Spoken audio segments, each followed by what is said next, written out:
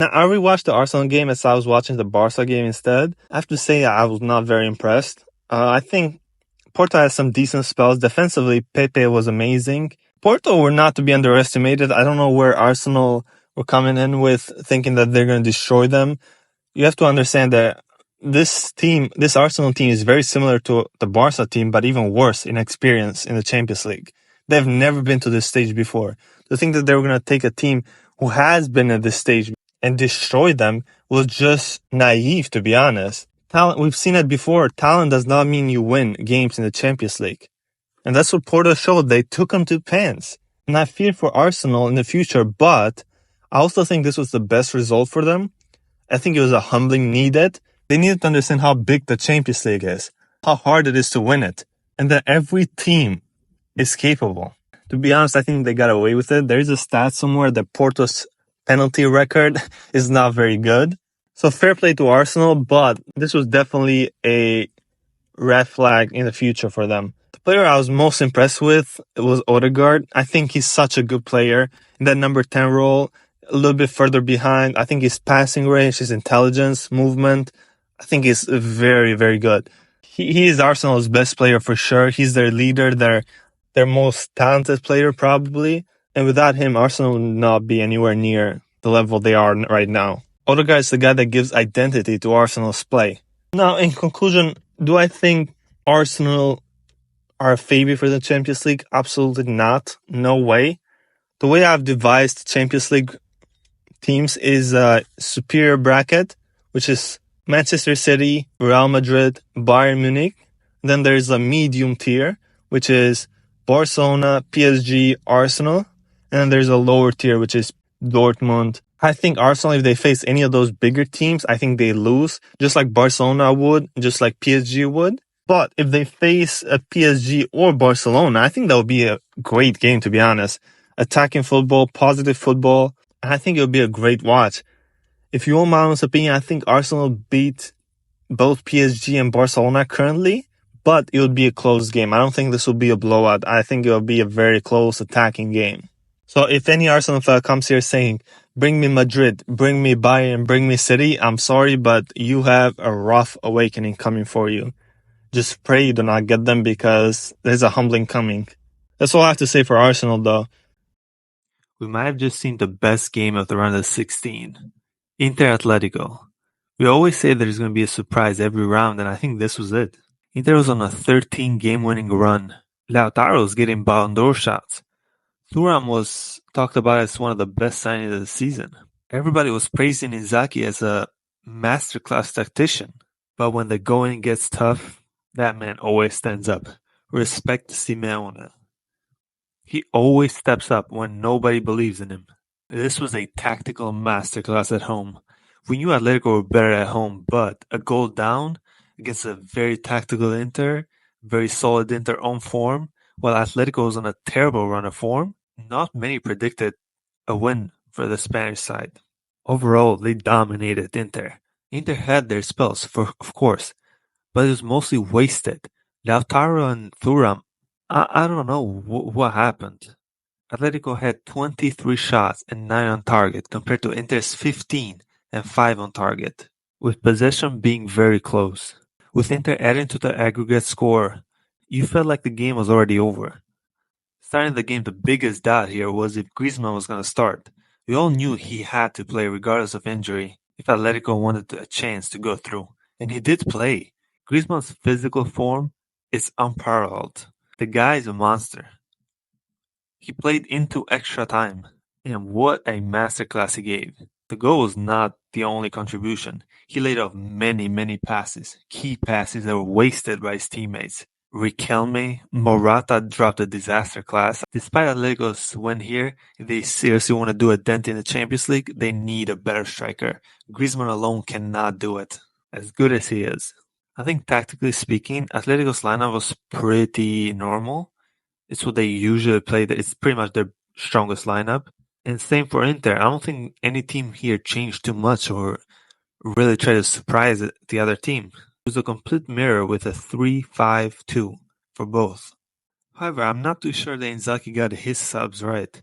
Marcus Thuram was having a decent game, albeit not efficient, but to take him out for Alexis Sanchez, who also missed a penalty, I'm not sure that was the right call. Alexis Sanchez in 2024 does not make a lot of sense to me. In addition, Davy Klaassen, who also missed a penalty, was in for Henrik Mkhitaryan, who had a terrible game himself.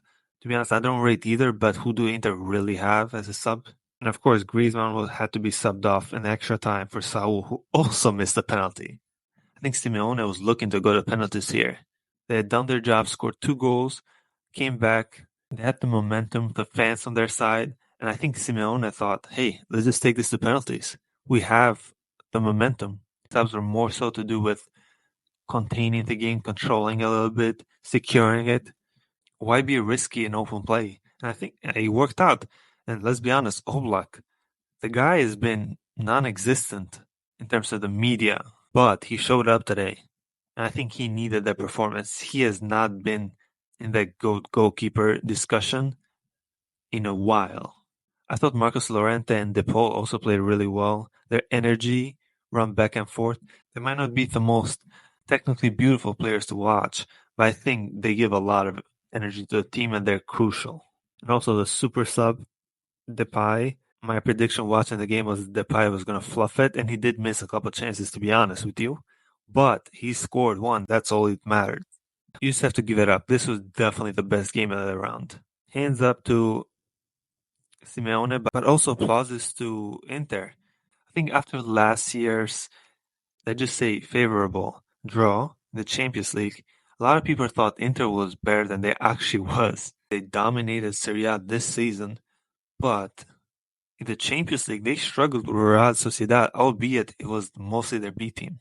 Their first big team in the knockouts, in their only big team, the only big team they faced last year was City, and they lost, albeit they had a good game that too.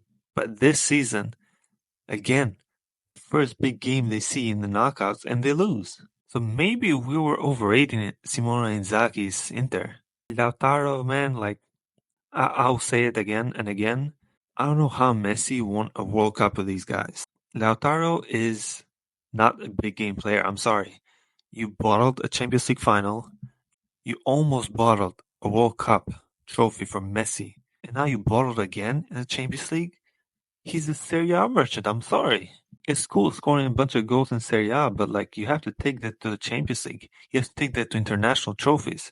The only thing I have from you is a Copa America. That's it. I'm under with this. Griezmann's Ballon d'Or campaign is still alive.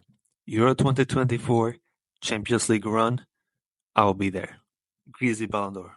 Well, this was a little bit of a sleeper, to be honest. Some may say no, but I expect a lot more goals, a lot more excitement, just a lot more chaos in general from this game.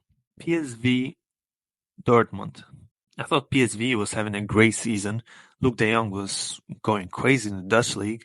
Dest was also doing really good. They had good players. They're playing well. But again, it's the Dutch league. As much as Dortmund have a tendency to bottle these games and to make things harder for themselves, I think they overall just had a little bit more quality and they just won.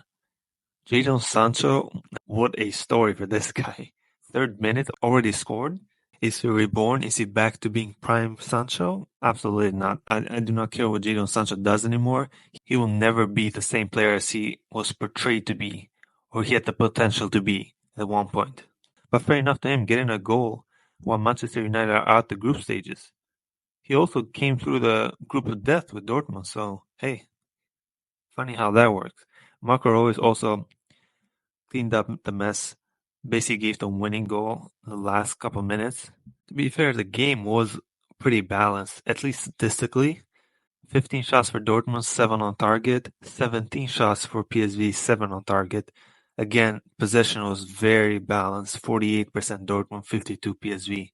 However, I think if you watch the game, Dortmund had more control over it. I think they had better chances, and they just had the more quality. There's nothing more to say. You have to give it up to Dortmund, man. They came through the group of death first. They got an easy draw because of that. They didn't fumble that either. And now they're in the quarters. After their generational bottling last year, they have a chance to do something here. They're definitely the weakest team left in the competition. Absolutely. Barcelona will beat them. Arsenal will beat them. PSG will beat them. Atletico will beat them. They're going to be the team that everyone wants to get, but fair enough for them. They surprised us this far. I think this is going to be the end of the run for Dortmund. But that is it for the round of 16 of the Champions League, man. I hope you enjoyed that, guys. I'll say it's a very overall boring round of 16 until the very end with Inter Atletico game. But what this does do is give us an insane quarterfinals with all the big teams going through. It's going to be very interesting. So let's see, man. Thank you guys for watching. Subscribe, comment. Peace.